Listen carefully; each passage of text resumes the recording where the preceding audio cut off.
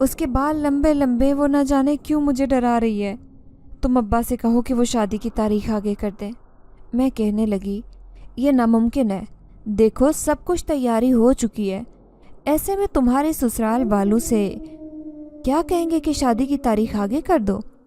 پھر تو انہیں شک ہوگا کہ لڑکی میں ضرور کوئی مسئلہ ہے۔ لیکن نگین مسلسل روئے جا رہی تھی، پورا گھر پریشان تھا۔ چچا کہنے لگے کہ نہ جانے ایسا کیوں ہو رہا ہے، میری بیٹی تو بالکل ٹھیک ٹھاک تھی۔ پھر اس رات وہ بچے میرے سامنے آئے اور کہنے لگے کیسا لگ رہا ہے یہ تماشا؟ میں غصے سے کہنے لگی کہ یہ سب تم کیا کر رہے ہو؟ انہوں نے نفی میں سر ہلایا اور کہنے لگے نہیں، ہماری ماں جنزادی کیونکہ واپس لوٹ آئی ہے اور تمہاری مدد کرنا چاہتی ہے، شادی بھی تمہاری اسی لڑکے کے ساتھ ہوگی، ہم تمہاری آنکھوں میں خوشی دیکھنا چاہتے ہیں۔ میں اداسی سے کہنے لگی ایسا ممکن نہیں ہے، اب کبھی بھی میری شادی وہ نہیں کریں گے کیونکہ شادی میں لاکھوں کا خرچہ آتا ہے۔ وہ کہنے لگے کہ سب ہو جائے گا، دیکھنا ہم تمہاری مدد کریں گے اور لوگوں کو پتہ بھی نہیں چلے گا۔ یہ کہتے ہی وہ میرے سامنے سے غائب ہو گئے۔ اگلے دن میں حیران رہ گئی جب اسی نوجوان فرحات کے ماں باپ پھر چچا چچی کے پاس آئے اور چچا سے کہنے لگے آپ کو پریشان ہونے کی ضرورت نہیں ہے، ہمارا بیٹا آپ کی بیٹی کو پسند کرتا ہے، شادی کا سارا خرچہ بھی ہم خود کریں گے، بس آپ ہاں کر دیں۔ اب چچا بھی کچھ سوچنے پر مجبور ہو گیا۔ پھر چچی غصے سے کہنے لگی کہ اس کل موہی کی بددعائیں جو میری بیٹی کو جا رہی ہیں، ہمیں اس کی شادی کر کے اسے جان چھڑا لینی چاہیے۔ یوں وہ دونوں شادی پر راضی ہو گئے اور مجھے یقین نہیں آتا تھا کہ میں جس نوجوان کو پسند کرتی ہوں اس سے میری شادی ہونے والی ہے۔ پھر چچا نے کہا کہ اب تم چند دن کی مہمان ہو، اسی لیے ہمارے ساتھ ہی نگین کے کمرے میں سویا کرو۔ انہوں نے مجھے باڑے سے ہٹا کر کمرے میں سونے کے لیے کہہ دیا۔ شکر تھا کہ انہیں تھوڑا بہت میرا احساس ہو گیا تھا، ورنہ تو مجھے لگتا تھا کہ میں ایسے ہی زندگی گزارتے گزارتے اپنے سسرال چلی جاؤں گی۔ لیکن ان لوگوں کے دل میں میرے لیے رحم نہیں آئے گا۔ رات کو میں نگین کے پاس سو رہی تھی جبکہ وہ چاروں بچے کمرے میں ادھر ادھر گھوم رہے تھے۔ تبھی دور کونے میں کھڑی مجھے وہ عورت بھی دکھائی دی جو ایک جن زادی تھی۔ اسے دیکھ کر میں سخت خوفزدہ ہو گئی۔ تبھی وہ عورت آ کر کہنے لگی تم نے میرے بچوں کا خیال کیا، اس لیے میں تمہیں خوش دیکھنا چاہتی ہوں۔ میں کہنے لگی آپ کا شکریہ، ورنہ اس دنیا میں کون کسی کی مدد کرتا ہے۔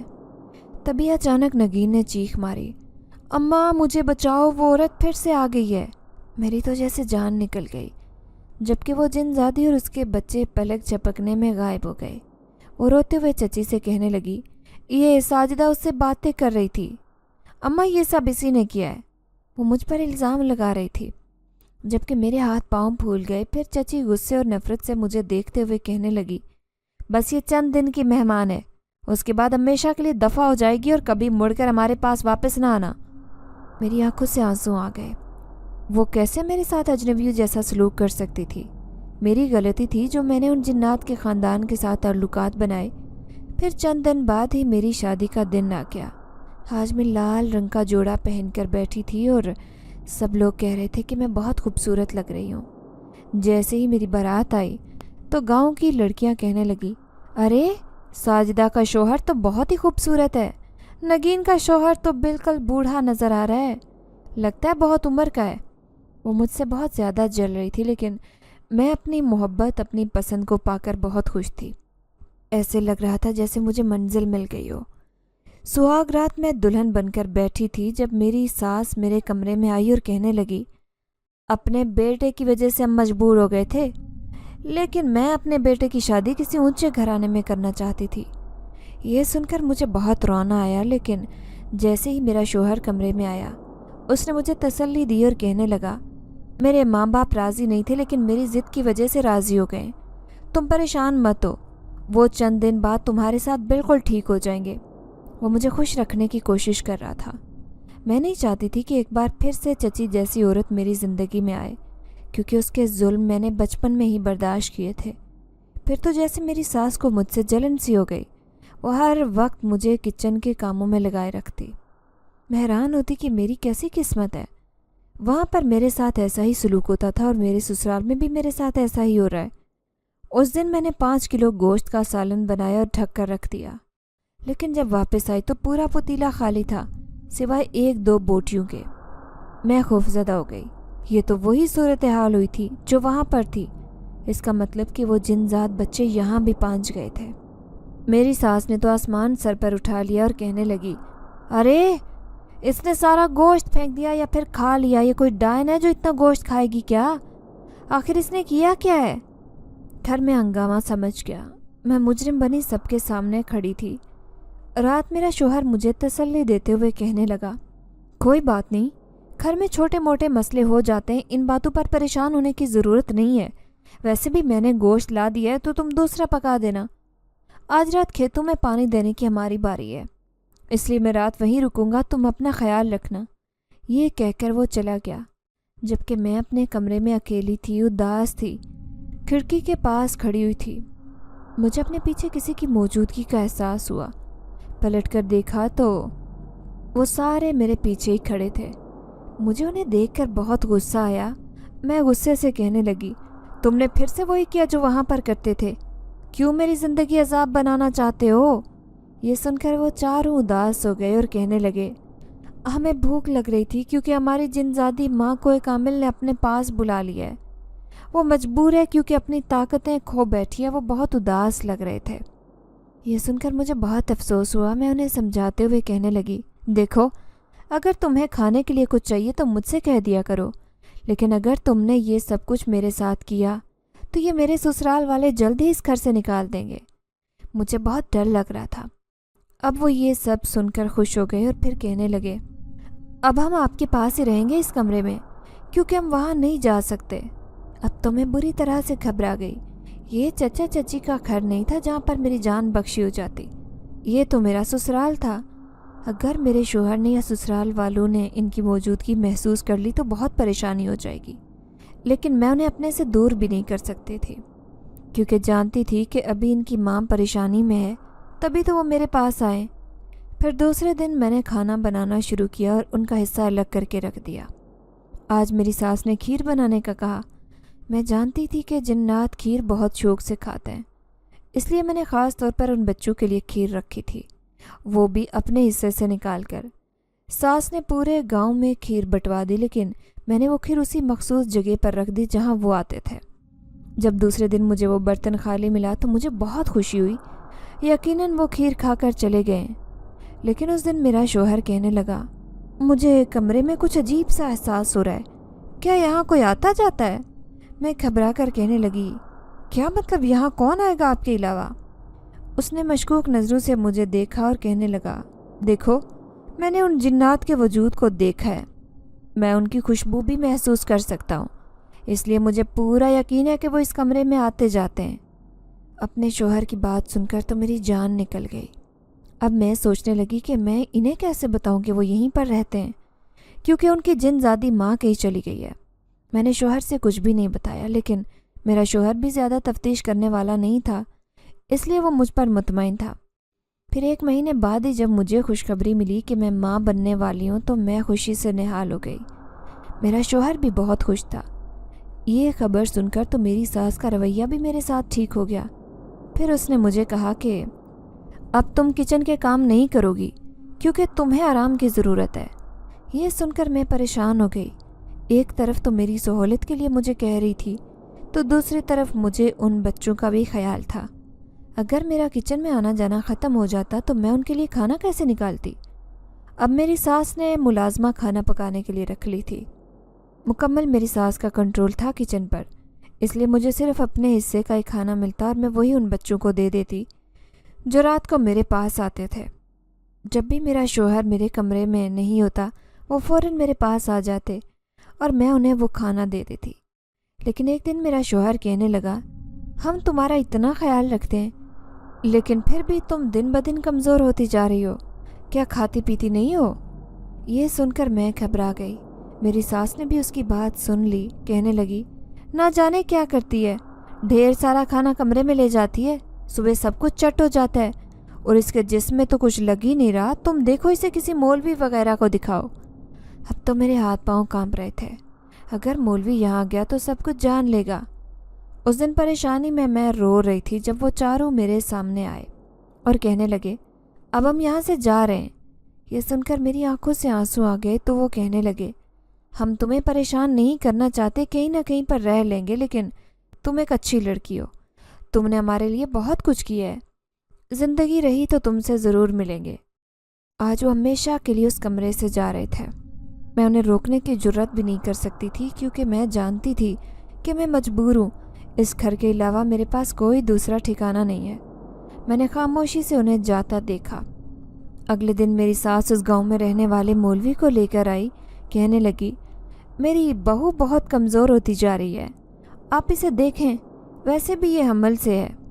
مولوی صاحب نے مجھے دیکھا اور کہنے لگے، یہ رات بھر بے چین رہتی ہے، سوتی نہیں ہے۔ انہیں عجیب سا احساس ہو رہا تھا کمرے میں۔ میں اندر ہی اندر خوفزدہ تھی کہ کہیں وہ یہ نہ کہہ دیں کہ اس کے کمرے میں مجھے جنات کا احساس ہو رہا ہے، لیکن شکر تھا کہ انہوں نے میری عزت رکھ لی تھی۔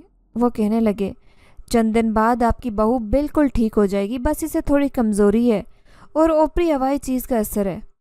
میری ساس پہلے سے بھی زیادہ میرا خیال رکھنے لگی، لیکن میں ان بچوں کے بارے میں سوچ کر پریشان رہتی، نہ جانے کہاں گئے ہوں گے، ان کی ماں واپس بھی آئی ہوگی یا نہیں۔ ایسے ہی میرے دن گزر رہے تھے۔ پھر 9 مہینے ایسے گزرے کہ پتہ ہی نہیں چلا، لیکن اس دوران وہ بچے میرے سامنے کبھی نہیں آئے، حالانکہ انہیں دیکھنے کی خواہش بہت بار میرے دل میں جاگی۔ شکر تھا کہ بچے کی خوشی کے بعد سے میرے سسرال والوں کا رویہ میرے ساتھ بہت بہتر ہو گیا۔ میں تبھی اپنے چچا چچی سے ملنے نہیں گئی تھی، لیکن اس دن چچا چچی مجھ سے ملنے آئے تو میں حیران رہ گئی۔ چچی کہنے لگی، نگین اپنے سسرال میں خوش نہیں ہے، اس کا شوہر تو ایک دھوکے باز آدمی نکلا، اس نے پہلے سے پسند کی شادی کر رکھی ہے۔ یہ سن کر مجھے افسوس ہوا۔ پھر چچی کہنے لگی، کیا تو نے ہمیں بد دعائیں دی تھی؟ تو میں کہنے لگی، چچی میں کبھی کسی کو بد دعائیں نہیں دیتی، آپ نے جو کچھ بھی میرے ساتھ کیا، لیکن میں نے یہی سوچا تھا کہ آگے جا کر میرا نصیب اچھا ہو جائے گا، اور خدا نے میرا نصیب بہت بہترین لکھا ہے، مجھے اس بات پر کوئی افسوس نہیں، لیکن میں نے کبھی آپ کو بد دعا نہیں دی۔ تو وہ کہنے لگی، اچھا تو ہمیں دل سے معاف کر دے تاکہ ہماری بیٹی کا نصیب بھی کھل جائے۔ میں کہنے لگی، چچی آپ مجھ سے ملنے آتی جاتی رہنا۔ یہ سن کر وہ خوش ہوئی۔ پھر اس رات میری تکلیف سے بری حالت تھی۔ میری ساس سمجھ گئی کہ ان قریب بچے کی ولادت ہونے والی ہے۔ پھر میرے شوہر سے کہنے لگی، جلدی گاڑی نکالو، بہو کو اسپتال لے چلتے ہیں۔ اس رات موسم بہت خطرناک تھا، بارش بھی ہو رہی تھی اور طوفان آنے کا بھی خطرہ تھا۔ میں درد سے تڑپ رہی تھی۔ پھر میرا شوہر تسلی دیتے ہوئے کہنے لگا، فکر نہ کرو، ابھی تم بالکل ٹھیک ہو جاؤ گی، اس لیے پریشان ہونے کی ضرورت نہیں ہے۔ لیکن مجھے ایسے لگ رہا تھا جیسے میں درد کی شدت سے ابھی مر جاؤں گی۔ پھر اچانک بیچ راستے میں گاڑی خراب ہو گئی تو میرا شوہر اور میری ساس کے ہاتھ پاؤں پھول گئے۔ وہ بڑے ہی پریشان تھے، کہنے لگے، ایسی حالت میں کہ یہ بچہ یہاں پر ہی نہ جنم دے، اسے کچھ ہو نہ جائے یا پھر بچے کا نقصان نہ ہو جائے۔ وہ دونوں بڑے ہی پریشان تھے۔ تبھی دور سے ایک عورت آتی دکھائی دی۔ وہ میری ساس کے پاس آ کر رکی اور کہنے لگی، لگتا ہے آپ کی بہو کی حالت بہت خراب ہے، کیا اسے میری مدد کی ضرورت ہے؟ میں ایک دائی ہوں۔ میری ساس کہنے لگی، آپ تو رحمت کا فرشتہ بن کر ہمارے سامنے آئی ہیں، میری بہو کے ہاں بچے کی ولادت ہونے والی ہے، بس آپ کسی طرح اس کی مدد کر دیں۔ یہ سنتے ہی اس نے تھوڑی دیر بعد مجھے تسلی دینا شروع کی، پانی پلایا اور اس کے 15 منٹ بعد ہی میں نے خوبصورت سے بیٹے کو جنم دیا۔ ان دونوں کو یقین نہیں آ رہا تھا کہ یہ عورت کون ہے جو اس سنسان راستے پر آتی جاتی نظر آئی ہے۔ اپنے بچے کو پا کر میں بہت خوش تھی۔ تھوڑی دیر بعد گاڑی ٹھیک ہو گئی تو وہ دونوں مجھے شہر لے آئے، لیکن میں حیران تھی کہ وہ عورت یوں بیچ راستے میں کہاں سے آ گئی تھی۔ اب بچے کو لے کر ہم گھر آ گئے۔ میرے شوہر نے بہت خوشی منائی، پھر میرے ہاتھ سے نیاز بٹوائی۔ میں اس دن کمرے میں اکیلی تھی۔ جب میرا بیٹا کمرے میں اکیلا تھا، اس کے رونے کی آواز سن کر جیسے ہی میں اس کے پاس آئی تو میرے پیروں تلے سے زمین نکل گئی۔ اس کے ارد گرد 4 بچے اور ایک عورت کھڑی دکھائی دی۔ وہ اسے بہلا رہے تھے جبکہ میں سناٹے میں کھڑی رہ گئی۔ میں اس عورت کو پہچان گئی تھی۔ یہ کوئی اور نہیں بلکہ وہی تھی جو ایک دائی کے روپ میں میرے سامنے آئی تھی۔ یہ وہی جن زادی تھی۔ میں اس سے کہنے لگی کہ آپ نے میری مدد کی تھی، میں جانتی تھی کہ یہ آپ ہی ہو سکتی ہیں۔ میری آنکھوں میں آنسو آ گئے تو وہ کہنے لگی، میرے بچوں کو تم سے بہت لگاؤ ہے اور ان کے ساتھ مجھے بھی تم نے جس طرح سے ان کی مدد کی وہ بھلانے کے قابل نہیں ہے، اور آج ہم تمہارا شکریہ ادا کرنے آئے۔ تم کبھی بھی اپنے بچے کے حوالے سے پریشان نہ ہونا، جب بھی یہ اکیلا ہوگا ہم اس کے آس پاس ہوں گے، اسے کوئی نقصان نہیں ہوگا اور نہ ہی تمہیں۔ میری آنکھوں میں بے اختیار آنسو آ گئے۔ بے شک میری زندگی بہتر بنانے میں انہوں نے میری مدد کی تھی۔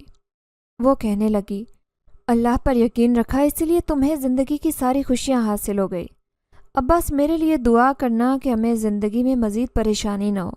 میں انہیں دعائیں دے رہی تھی۔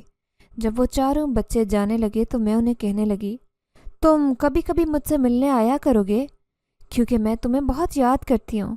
یہ سن کر وہ بہت خوش ہوئے اور اپنی ماں کے ساتھ ہمیشہ کے لیے میری زندگی سے واپس چلے گئے۔